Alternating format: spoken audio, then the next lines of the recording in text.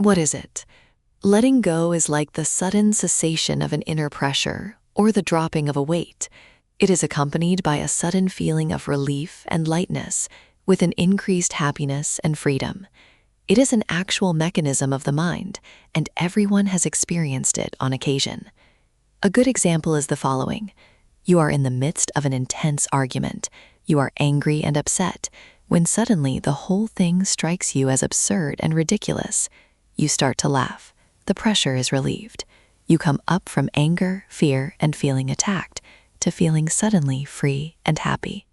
Think how great it would be if you could do that all of the time, in any place, and with any event. You could always feel free and happy, and never be cornered by your feelings again. That's what this technique is all about, letting go consciously and frequently at will. You are then in charge of how you feel, and you are no longer at the mercy of the world and your reactions to it. You are no longer the victim. This is employing the basic teaching of the Buddha, which removes the pressure of involuntary reactivity. We carry around with us a huge reservoir of accumulated negative feelings, attitudes, and beliefs. The accumulated pressure makes us miserable and is the basis of many of our illnesses and problems. We are resigned to it and explain it away as the human condition.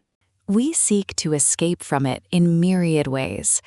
The average human life is spent trying to avoid and run from the inner turmoil of fear and the threat of misery. Everyone's self-esteem is constantly threatened, both from within and without. If we take a close look at human life, we see that it is essentially one long, elaborate struggle to escape our inner fears and expectations that have been projected upon the world. Interspersed are periods of celebration when we have momentarily escaped the inner fears, but the fears are still there, waiting for us. We have become afraid of our inner feelings because they hold such a massive amount of negativity that we fear we would be overwhelmed by it if we were to take a deeper look. We have a fear of these feelings because we have no conscious mechanism by which to handle the feelings if we let them come up within ourselves. Because we are afraid to face them, they continue to accumulate.